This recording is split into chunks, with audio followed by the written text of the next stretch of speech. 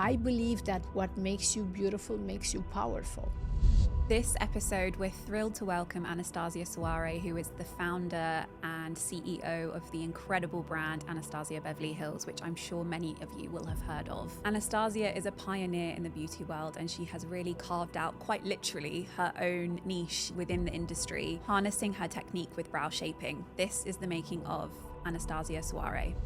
Shape your eyebrows and do your makeup according to your bone structure and natural shape, because we all are different. I had so many wins and I had so many losses, but that's called business. The reason why I went to America was I wanted really to be free and to know exactly who I am, what I'm capable of, because in Romania I didn't know. Women really couldn't have jobs. Hi everyone, we're so thrilled to welcome Anastasia of Anastasia Beverly Hills, the iconic beauty brand known for the golden ratio of brows. Welcome to Dubai, Anastasia. Thank you so much. Obviously, this is the making of, so we're so thrilled to explore your career and your journey in the beauty world, but also taking it back to the beginning. You are from Romania originally, and it was a time where there was quite I would say, unrest in your home country, and you made your way to the States. Can you talk me through that at the time in your kind of childhood and early years, and what made you decide to leave Romania? Sure. Well, I lived in Romania until I was 30, quite a long time, half of my life in Romania and half in United States. And at the beginning, my grandparents and parents, they were immigrants as well. They immigrated from Macedonia during the Second War in Romania. Okay. And I think the early days were quite nice. They were nice. My grandparents bought big farms, big land. They started business. But when the communist regime kind of started taking over, it became harder and harder. Even so, I was surrounded by family and a lovely family. It became kind of hard to live in Romania. We didn't have electricity. Food was scarce. You couldn't, if you had a kid, you couldn't buy milk unless you bought at black market. Bread, meat, everything was terrible. Not having electricity in the winter was so cold, you had to go to bed, dressed like you went skiing. Oh my gosh. So just seeing people suffering was very hard for me to accept that lifestyle. Of course. And my grandfather, that was such a important figure in my life, always he used to tell me, I made a big mistake that I came to Romania. I should have gone to United States. Wow. And he always kind of put that seed in my mind, like you should go to United States. And my husband was ship captain, and in late 80s, he defected the ship in Italy, went to American embassy and asked for political asylum. He came in Los Angeles because I asked him, I want you to go only in Los Angeles.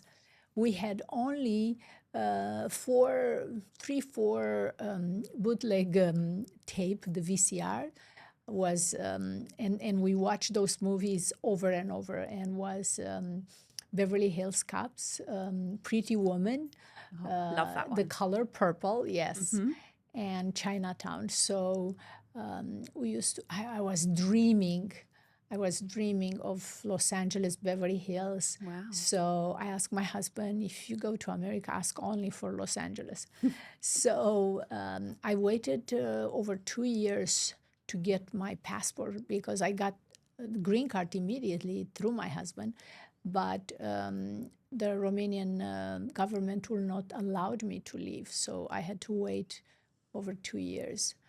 Meanwhile, he suggested I should go to beauty school because I didn't speak the language. Right. And he kind of had the opportunity to meet a lot of Romanians that they were doctors, teachers, were engineers in Romania, and most of them, they were esthetician.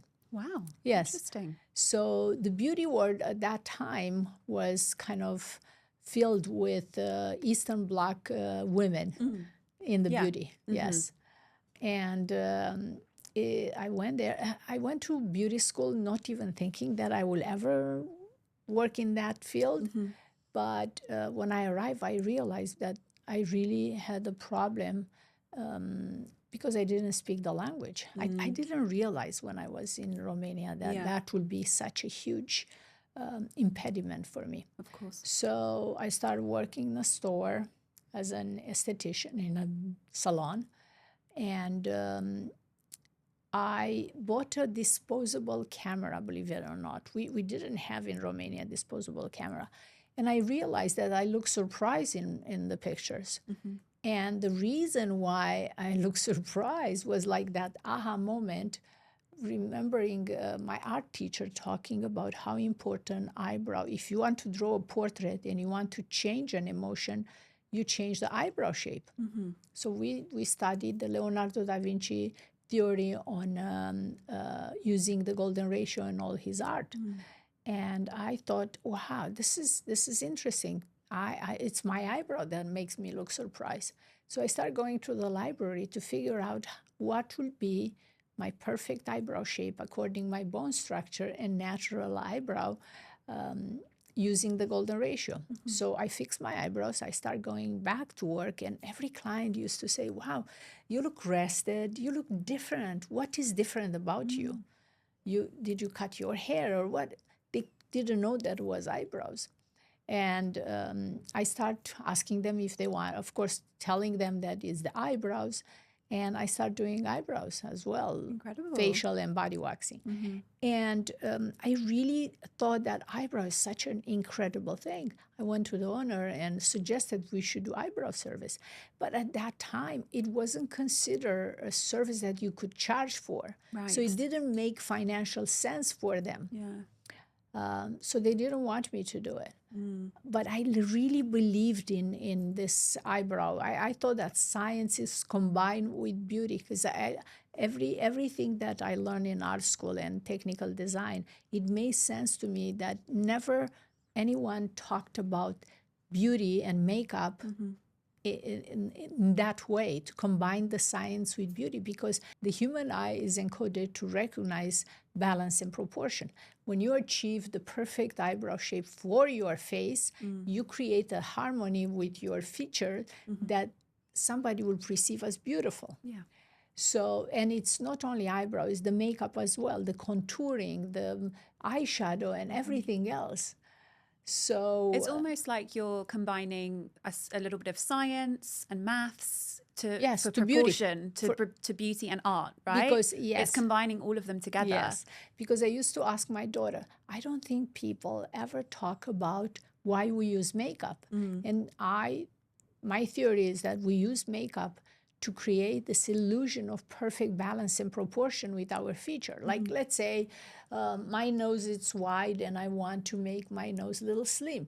I use contouring and highlighting, and that creates an illusion of perfect balance of my nose. Or let's say my eyes are very close. I will use highlighting color here and darker here, and that creates a little wider space between my eyes. So using correctly makeup, the dark color to minimize certain feature and the light color to enhance certain feature, you create this beautiful balance and proportion. Yeah, exactly. So from there, I really believed in eyebrows and this using the golden ratio for the makeup. And I decided to rent a room. Of course, everybody thought I'm crazy. So you've made it to LA at this point, and you've gone through your beauty school, as you've said, and now you're deciding to go. The beauty school was in Romania. Yes. Yeah, and then now you've made it to Los Angeles, city of dreams that you'd been talking about with your grandparents and your grandfather. That's true. Was it a pinch me moment when you got there? Obviously, you were starting from humble beginnings, but you'd made it. Oh, yes. It must have been quite surreal at the time. Yes, it was. It was like, I always describe, if I will send somebody right now on the moon and try to let them figure out how to survive, I think this is how I felt. Because when I went there in 1989, I never left Romania. So it was so different. So it was your first time on a plane? Did you fly the to? first time on a plane, the first time in another country. Wow. And not any other country, it was United States. Yes. In one of the most famous cities in the world, if not the most famous city in the world. Yes. So it must have been quite surreal. Very. But so you were just saying that you rented your own room to start your own business. Yes. It was the beginning of what we know your empire to be now. Exactly. Talk me through how you kind of got it off the ground and you started building your client base at the time. So in the salon, I was trying to learn everything that watching the owners of the business. They were so amazing and gracious, two ladies, one Italian and one German. And I wanted to be around them. If I didn't have a client, I would be there cleaning their station just to hear how they talk to the clients, how they conduct business, because everything was new for me. I wanted to learn everything. And I save $5,000. I cooked, I ironed my clothes, I washed everything. I did everything. After work, I will do everything. We never spend extra money other than food and rent and gas, of course. Yeah. But remember, when I got there, the gas, a gallon of gas was 87 cents. I will never forget that. Oh my gosh. Yes. Unheard of nowadays. Exactly. So I saved $5,000. And when I decided to rent a room in a salon and work, I bought my equipment, I paid the first rent. And of course, it was kind of scary because nobody, including my husband, encouraged me to do it. Wow. The only person that encouraged me was my mom. And my mom was in Romania at that time. Always, all her life, I think, she encouraged me to do everything I could put my mind in. So I had this confidence in me that always I said, even to my husband, look, if I don't make it and I will not succeed, I could always get a job as an esthetician. Yes. But I left Romania. We left everything there to come here. I need to do something else. You need to try. I need to try. Yes. And this is what I did. Fantastic. Yes. So those early days in the salon with your room, can you talk me through how you started to build up your client base and how it must have been largely through word of mouth for sure? Yes, always. At that time was word of mouth. And I try always to do my best job. Didn't matter. I didn't know who was, what they were doing. I barely spoke the language, but I wanted to be the best in what I did, to master my craft. And in LA that time, like I used to shape eyebrows and do facials to a wonderful lady that was the agent to most of the supermodel in LA. And she started sending me clients, her clients. And I remember one day a van stopped in front of the salon and was Cindy Crawford. I didn't know who she was because I was fresh from the boat. Of course. Cindy Crawford, Stephanie Seymour, Talisa Soto. Because in the 90s, early 90s, the cover of magazines, they were only the supermodel. But it was the heyday of the supermodel as well. So, exactly. Yeah, that's incredible. And I was thinking, wow, I've never seen in my life more beautiful women than those women. And after they left, the owner came in my room and she started asking me, what did you do to those ladies? And I was afraid that I'm going to lose my job because I did something wrong. I was so confused. And she asked me, do you know who they were? No, I have no idea. So I start getting recommendation and word of mouth from the clients in those days, this is how it was. One client will send you her mother, her sister, her daughter, and this is how the business was built. Yeah, absolutely. There was no social media or virality at that time. Virality was going through word of mouth and then through media of being photographed with those incredible models outside of your it wasn't like studio. That. It wasn't like that in the 90s. Yeah. Plus, if you remember, I don't know, you are very young, but in the 90s, no Vogue, no Elle, no Harper's Bazaar talked about beauty. The first magazine that talked was old-fashioned. The first magazine that talked was Allure magazine in 92. They were the only one talking about beauty. Yeah. And then In 94, I had Marina Rust, one wonderful writer that wrote for Vogue, writing beautiful 2 pages, almost like a little story about the best kept secret in Hollywood, which was Anastasia eyebrows shaping. And after that, I started getting so much of the editors of every magazines. They came to get their eyebrows done. Your differentiation when you were doing facials and eyebrows would have been focusing on the eyebrows part, right? Because as you said before, it just wasn't something people were really focusing on, and you were a pioneer in that space. Yes, yes. So I will do their eyebrows and then the facial and the body waxing, but I always incorporate eyebrows in my service. People were coming to get their eyebrows shaped first and foremost. The first 2 years, I didn't even charge for eyebrows because it was not considered a service. Then I remember my first charge was $10, believe it or not. Wow. Oh my Because I wanted to it wasn't about the money. I wanted to kind of make the clients understand how powerful a well-shaped eyebrow is. So yeah, after that. Fantastic. And then we kind of move through the years in the 90s, and you're obviously growing your client base through word of mouth and then features in Vogue and different publications. Talk me through when you decided to open your first standalone salon on your own. Yeah, so in 97, I decided to open my salon in Beverly Hills. I was at Juan Salon, and I was renting a room. And the lady next door to my room was a lady from Poland that worked there for like 20 years. I barely saw her during the day because she would come in her room at 7 o'clock and she would leave like 9 o'clock at night. Wow. We both worked so long hours. And one day she came with a piece of cake and she told me that it's her 60th birthday. And I said, Yolanda, how many years are you working here?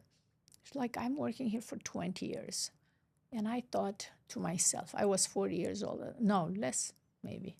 Yeah, less, like 37, 36. And I said to myself, I don't want to be 60 and still be in this room here. Right. I have to do something else. And my clients at the same time, I used to, when I shape eyebrows, of course I had many clients that over-tweeze their eyebrows. So I used to create this pomade mixing aloe vera with eyeshadow and Vaseline. And I went to art store and bought a brush and trim it to be angle cut. And my clients will used to say, well, when I leave your place, my eyebrow looks perfect, but I need that pomade because after I take my shower, I don't have the product to make them. Yeah. So I realized I need to create products. And what my decision was, I'm going to open a salon, have other people kind of doing other facialists, doing facial and body waxing, and I will focus on eyebrows, and I had to create products. I went to Bologna, and in 98, 99, I launched in the salon the product line. Amazing. Yeah. Well, just touching on that tidbit that you said about overplucking eyebrows, which was famous in the 90s. How did you navigate that as someone that was wanting to spearhead eyebrow artistry? That must have been a bit of a nightmare. Yes. So in the 90s, the biggest celebrity at that time was Pamela Anderson. Yes. And she had pencil thin eyebrows. I used to have clients that they will come in like, I want Pamela Anderson eyebrows. I'm like, no, I can't do that. It's like, yeah, but I want that. Yeah. It's like, no, I promise you it's going to look great on you because you are 20 right now, but 10 years from now on you will regret because unfortunately the eyebrow doesn't grow back. It's not like cutting your hair. Yes. So it was difficult. Many times I will not do eyebrows because I refuse ever to do that thin eyebrows. We've luckily navigated out of that now. I know. But it was difficult. Yeah, but I'm sure brands like yours are the ones spearheading that trend to really focus on the artistry of how it shapes the face. Yeah. You went on to officially launch ABH, Anastasia Beverly Hills, in 2000, the millennium. So were you just available in your salon at first? And again, was it through mainly word of mouth how you decided to launch your products and sell them? I launched in 1999. But remember, at that time, I was in every single magazine. I was in every TV station in LA. I will go because every anchor. I always used to say, if you watch at the beginning, like kind of middle to late 90s, and then after 2000, you will see magazines even eyebrow perfect after 2000. Before that was not that the greatest eyebrows. So I will promote my brand everywhere. I will go on TV shows. I will go on morning shows, anything I could. And in 1998, I went and I did Oprah Winfrey's eyebrows, and that was my Oscar moment. That's incredible. Yes. To have that trajectory in less than a decade from when you landed in Los Angeles. Yes. How did you feel that journey was? I mean, it must have kind of been a pinch me beyond your wildest dreams sort of situation. Not that it wasn't without hard work, but you're in a city where it's hustle and it's hard. How did you navigate kind of really raising your profile and navigate, in a sense, becoming a celebrity yourself, but in the beauty space? How I navigated. Number one, I wanted really to master my craft. I wanted to be the best in shaping eyebrows. And I think studying 5 years of technical design and being in art class, I think I combined all that. And the way I looked at makeup was a little different than a makeup artist will think. I wanted to share that. So not only, I think the point of difference in 2000 when we launched the product, not only we created the products, but I will do tutorial and teaching my clients how to do the eyebrow, the perfect eyebrow for your face, but why you have to do that. Because nobody before, I think, explained that to the client. Yeah. And then later on, of course, in 2012, when social media came, and my daughter that was tired of traveling with me everywhere to promote the brand, she convinced me to jump on, to open an account for the brand on Instagram. Yes. Then that was so much easier for us because we didn't have the big budget that the big brands had to do advertising. Yeah. So we started posting on Instagram, and it was such an incredible vehicle for us to share our knowledge and everything to everyone. So I think from 2012, everything exploded. Before, probably in America, a lot of people knew because of Oprah and so many other magazines. But after 2012, like I remember I posted one picture of Brow Wiz, the small mechanical pencil. And somebody, of course, I was reading every single comment. And somebody commented, "Oh, I wish I could buy this pencil." And I answer, "Can you send me your address? I'm going to ship one for you." And she said, "Oh, you can't because I'm from a small village in India." Wow. And I thought, wow, the reach I could have through this. So that was every effort we had, me and my daughter, we put into Instagram. Incredible. Going back to when you launched the products in 2000, Yes. Can you talk me through what you specifically launched with? And how you taught your clients to use your products to achieve the golden ratio that you're known for? Yes. So we had was a full makeup line when we launched in 2000. Right, amazing. Because nobody wanted to sell me, the big brands, to sell the products in my store for makeup, blush, and lucky enough, because we had so many celebrities in the store coming to get their service done, Nordstrom's came and they asked us if we want to sell in their store. Wow. And I convinced them to open Brow Studio, because in 2000, women couldn't understand, why do I need to use brow powder in my eyebrows? Now, of course, after it took me a few decades to convince everyone, but in 2000, people couldn't understand how I do it, why I do it, and where should I start. Yeah. So we launched the line in Nordstrom's.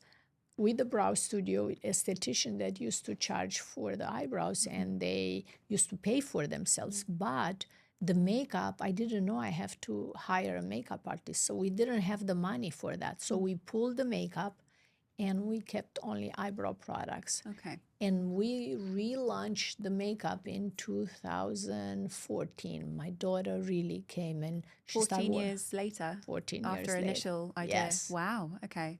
But I guess that's really how you differentiated yourself. Like when you were building your client base, Yes. it was eyebrows first and foremost. Exact. So, yeah, you would have really honed your craft in Correct. terms of your line, but Yes. then you add on Correct. the foundation, the mascara, the full line. The first thing that we add was the contour kit, if you remember, because again, was the same concept of using our foundation, which using golden ratio to sculpt your face.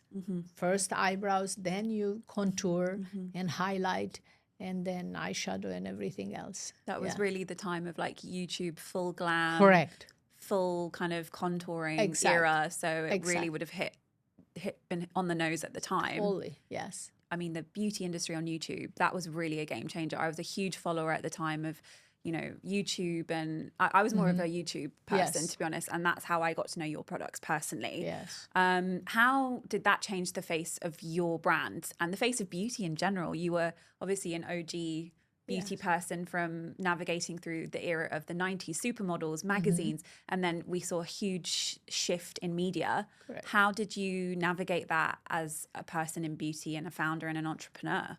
Well, first, I mean, of course, I was working with my daughter, but we started Instagram. In 2012, you could download only pictures, not videos. Yes. So that's why we'll put a picture and then we'll use a longer version or how to use that product on YouTube. Yes, exactly. And it was absolutely incredible. I still think YouTube is very important to these days because people want to learn. During COVID, I think, was a huge channel to learn, to do your own makeup because you couldn't go anywhere. But was important to constantly talk about, teach the clients, and that was our point of difference. We'll create this and we'll teach you how to use it and why you have to use it. Yeah.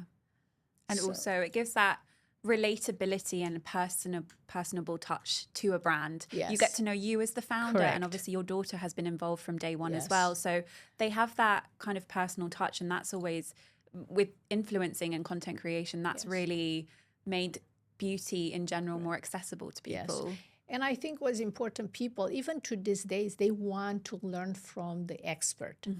Yes, 100%. You know, and why not? I mean, I want to learn from the best person to do my hair or to whatever I need to learn. Exactly, because the majority of people don't have access to a makeup artist every day. Like celebrities, they want to emulate what they look like, but hearing it from the person who has created that, they're able to then implement that on themselves. Exactly. But remember, before 1990 and even early 90, people used to go to department stores, or they were not freelance makeup artists.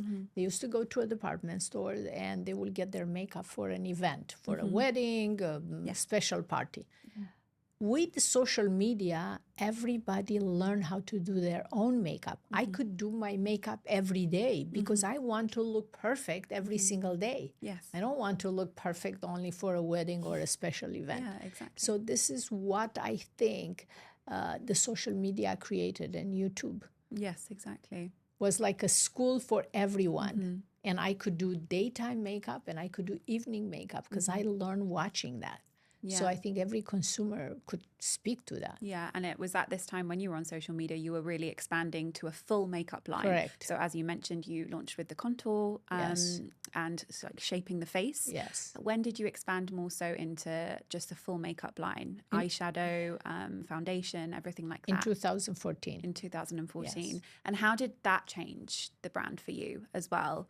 Just being able to offer everything for clients and for your customers, for your customer base. Well, I think it was very important for us to again, to use our foundation, which what I mean by that, we build this brand having in mind that you use the golden ratio and you use our products to create that perfect balance and proportion with your face. And I think everything was timing, great timing. If you remember, the iPhone started having great camera and everybody started doing selfies. So doing selfies was all about, I look like myself. I remember before the 90s, people wanted to look like a supermodel or a specific other celebrity.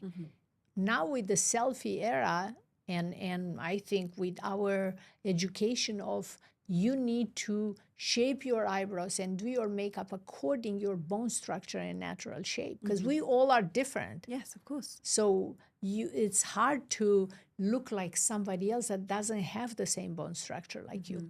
So I think everybody started embracing themselves, their own version, the better version of themselves. Exactly. And I think we were able to do that, offering the products, but in the same time educating the client. Yeah. So it's been over a decade now since you've branched into a full makeup line, and we've got some exciting new launches. Can you talk me through the latest ones? Well, the latest one is this micro stroke. This is amazing. So let's talk about eyebrows. What is so important, eyebrows? Like, let me show you here. This is a brow definer. Okay, you have 3 in 1 here. You have 3, you see, you have the thick side, you have the medium, and the tip is the thin one. So for everybody out there, your eyebrow, you have to kind of map where your eyebrow should begin. So above middle of inside of the nostril, your eyebrow should start here. I don't see it. Let me use the powder to create this. Okay, so above middle of inside of the nostril, your eyebrow should start there. Outside corner of the nose, corner of the eyes, this should be the end of your eyebrows. And then tip of your nose, middle of the iris, this should be the highest part of your eyebrows. Well, in my case, for instance, I'm going to tell you how I do my eyebrows. Because in the 80s, my excuse me, my esthetician used to tweeze my eyebrows super thin, round, like Pamela Anderson. Completely something you don't champion at all. Of course, I don't champion at all. It's round my eyebrows, so I need to lower this part. So from the highest part to the inner part, we need to lower to create this as a high arch. Otherwise, my highest part of the eyebrow was here because it was round. So I need to lower a lot this part to create and fill in this side. So I use the pencil or the brow wiz or brow definer or any other, or brow powder, brush to blend. And that is, you create the shadow over full eyebrows. Because if you envision a full eyebrows has a shadow on the skin. So you create that shadow. And then I created, this is the latest, this is the best thing ever. Number 1, look how thin the tip is. Wow. Okay? And you have a spoolie on the other side. But what is great about this is a brush, and you have an ink inside. You have to shake it very well to make sure, and then you press to make sure you have all the way at the tip, you have the ink. And after you created that shape and the shadow, you will use slowly, literally hairs like strokes. But the tip is so thin. It's so thin. It's like a hair stroke in itself. Exactly. And you brush like this. And it's mimicking your own hair. So, everybody, a few years ago, they started doing microblading. Yes. And I'm not a big fan of eyebrow tattoo. And microblading, it looks great for a month. But after that, starts bleeding, the color changes, and you have to go darker and darker because the color changes and looks blue-black or too red. So this is the best microblading mimic. So you just, look how it's so fine. It's so you fine. You can't even tell. No. And you go in the direction of the hair growth, and you mimic hair. Like the end of my eyebrow doesn't grow because I don't have the hair there, but I could you can't mimic. tell. No, Like I would have thought these were just your natural brows with no, the they're way that not. it seamlessly blends. So I designed this for myself and everybody else there that needs to create this perfect eyebrow. So the way I started, I created eyebrow products because I couldn't find others to get inspired by. So I created every products based on the problem the challenge that my client had. Let's say over tweeze, or let's say the hair goes down, like the end of my hair goes down. So after I fill this in, and at the end here above, I have to use pencil and micro stroke, but still the hair goes down. I created 2 products, the brow freeze wax, which is iconic. And by This the is way, what I if wear on you a night guys, out.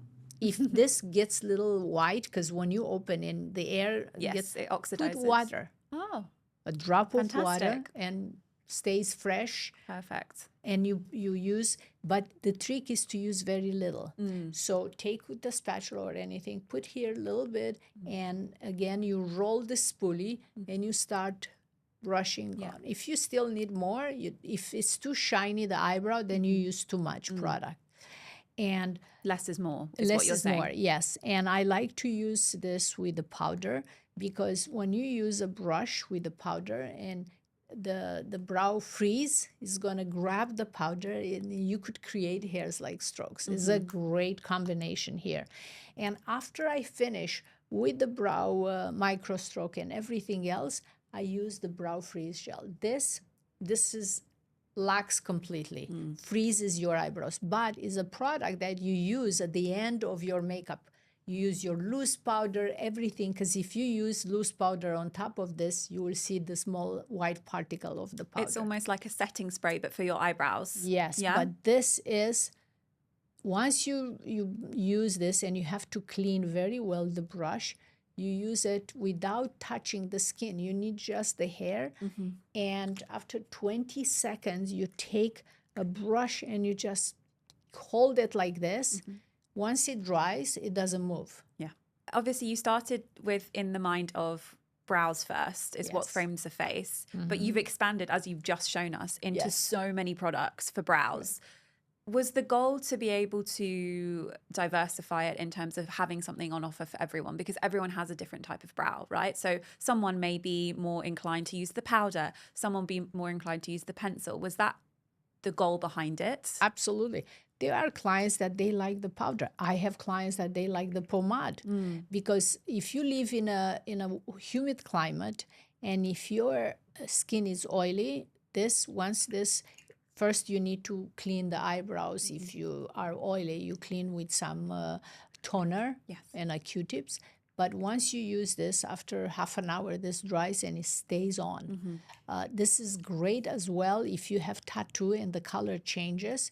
You use a red undertone product like Auburn, that on top of that blue-black is going to balance the ashiness. Right, okay. So it's going to look kind of dark brown, and then you use the micro stroke to create hairs like strokes. So everybody likes something else, something different. Like I created this volumizing gel. This is a great product. It's tinted as well, right? It's a tinted, yeah. If I have some white hairs in my eyebrow, so before I start everything, I use very little the product. This is great for men because it's matte, so it doesn't change or doesn't have sparkle. As well, this is good if you have very light, like you could have very blonde eyebrows, and you still have thick eyebrow, but I cannot see it. So this is going to give you volume and color as well. Absolutely. Or let's say you have very dark eyebrows and you want to lighten a little bit, then you use the lighter color of the volumizing. What's your go-to? I know you must... Every day What's is different. Every day me. is different. Yes, okay. I like to try different things. Okay. But combination, if I use the brow freeze wax, I always use brow powder, and then I have to use this. My eyebrow is half of the size that you see it. You can't tell. at all. I better do That's some the- good eyebrows. Then I love to use brow whisk, because even if, let's say, I brush so many times and I miss something, it needs to look perfect, I use the brow whisk. This is great on Sundays when I don't use any makeup. I can't go to farmer's market. I need to have at least my eyebrows done. Yeah. I can't go without the eyebrows, because, you know, when you don't put anything on you, you go somewhere and you will meet your friend and I'm like, what It the always hell happens. Always It happens. always happens. Yes. And you're like, sorry, I didn't put my face on I know, today. exactly. So I like to use the brow definer because it's so easy. Like in 2 moves and 3, my eyebrow looks great. And then I use brow gel. The brow gel is for the days that I don't need to be glam up. It's just easy. Every day. And I use this to tam my all the fly away. Fantastic. This is That's great. such a good trick. Yes. Brilliant. Yes. What we're discussing here is a culmination of 3 decades, Yes, decades, which is incredible, you know, from starting in LA as a brow artist and an esthetician to now the founder and CEO of a multi-million-dollar beauty brand. But you've decided to put all of that journey into a book, an autobiography, Yes. right here, which is very exciting. Can you talk us through? It's going to be out October 21st. 21st. Yes. If you are in LA, October 23rd, I'm going to have a huge event with Oprah Winfrey, conversation with Oprah Winfrey. It's, again, another Oscar moment for me. But in this book, I talk about how I started to become an entrepreneur. I didn't start it thinking that I'm going to be an entrepreneur. Just I needed a job, but this is my journey, and how I was able to create a business that in 2018 was evaluated at $3 billion. Incredible. It's amazing. Did you ever envision yourself to have that sort of success? And how would you have defined success when you were first starting out to now? It must have changed throughout the years. Very good question. So when I arrived or the reason why I went to LA and to America was I wanted really to be free and to know exactly who I am, what I'm capable of. Because in Romania, I didn't know. Women really couldn't have jobs. It was difficult. And success for me right now, after so many years, after 34 years, is being content with what I've done. I work really hard, and I achieve unthinkable. But now I'm so happy that I was able to create something so authentic. Everything that I've done was authentic. I wanted to offer my customers products that will make them feel good, because this is what I'm talking about in the book. I believe that what makes you beautiful makes you powerful.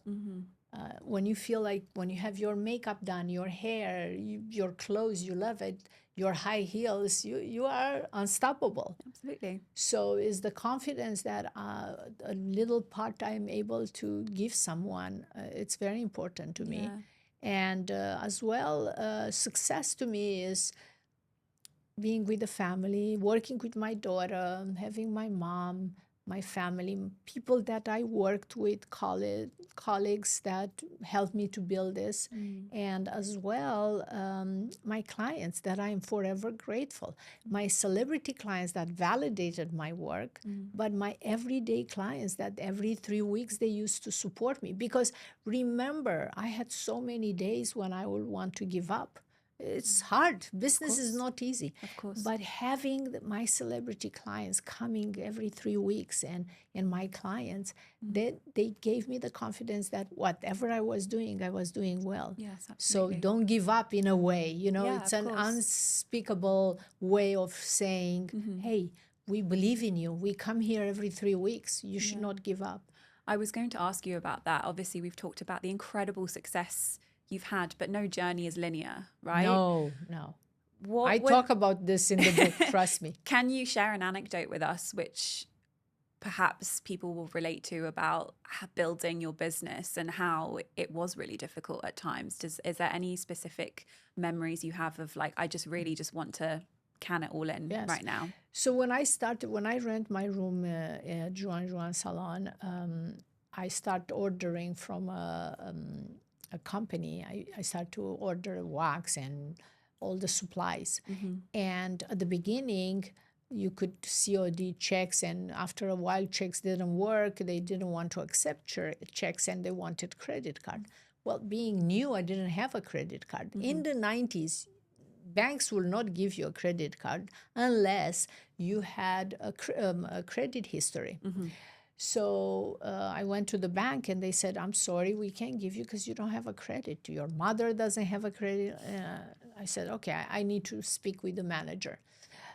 The manager came and I said, look, I can't have a credit because I'm an immigrant. I just came here a year ago. Please give me a credit card. And of course, he didn't want it. And I tried I said, look, I'm not leaving this place. If you don't give me $500, a credit card. Still, he didn't want it. And then I pulled my last card, like my immigrant card. I'm sure you, your family, or somebody in your family was at one time an immigrant, and somebody gave them a chance to do something, an opportunity. Can you please give me that?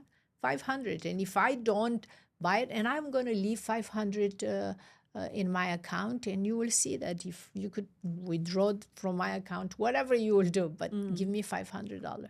And he gave me 500. So I will not give up. Another anecdote is when I decided to open the salon in Beverly Hills, which is still today there, the landlord, I went with the broker, and the landlord, when he asked me, like, what do you do? And I said, eyebrows. And I'm very famous. And he said, eyebrows, lady, this is Beverly Hills. You can't do eyebrows and expect to pay rent in Beverly Hills. And I said, no, I'm telling you, I'm really famous. And I start showing, because I was prepared, magazines and with my names, and he didn't believe it. I mean, he was a man. He didn't know in 1996 what eyebrow shaping business is. Or probably beauty in general, I Or suppose. beauty, exactly. So, because beauty business at that time wasn't so big in America. And I will not leave that place until he said yes. And I tried every single trick you read in the book. But I remember the broker. I still know him because he still works in Beverly Hills. And he said, you never gave up. Because he used to say, oh, let's leave. He doesn't want to rent you this. No, I'm not leaving. We need to get a yes from here. So we got the yes, and it was amazing. But yeah, I talk about all my challenges. Incredible. I had so many wins and I had so many losses, but that's called business. Absolutely. Just to end on a final note, we've talked about your business and, you've got your biography coming out and this incredible empire you've built. But when we strip that all back, who would you say at your core Anastasia is? How would you describe yourself? Just myself Anastasia, as a person. As a person. Beyond entrepreneur, yes, face of the brand, I'm CEO. I think my values are great. I still believe in family. I still believe in friends. I still believe in people that I work with and giving them love, because it's an exchange of love here, care and love. I like to cook simple food.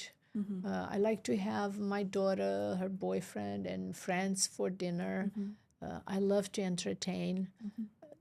Things that I do. You know what I have to say? Everything to me that is important and what my success kind of allowed me to do is to do what I love. I don't need to do anything that I don't like. You know what I mean? Absolutely. I like to be around people that I love, that they are positive, they give me good vibe, and do very simple things. Yeah, and just enjoy everything you've managed to build over the last 3 decades. Exactly. I see here you have a lot of plants. I have a room, a sunroom with a lot of plants. Every morning I enjoy my plants. Every day I water them. I talk to them. I have my tea, and I enjoy everything. I And just love kind it. of, that's a moment of reflection. to Smell the show- coffee, darling. Yeah, Yes. exactly. Well, thank you so much. This has been so insightful, and good luck on the launch of the book. Thank you. I We're appreciate super it. excited to have you here. So thank you so much. Thank you. I appreciate it. Thank you very much. You've been listening to The Making of, a podcast by Grazia. Visit graziamagazine.com/me for more from the worlds of fashion, beauty, and culture. And make sure you follow us on Instagram and TikTok at Grazia_ME.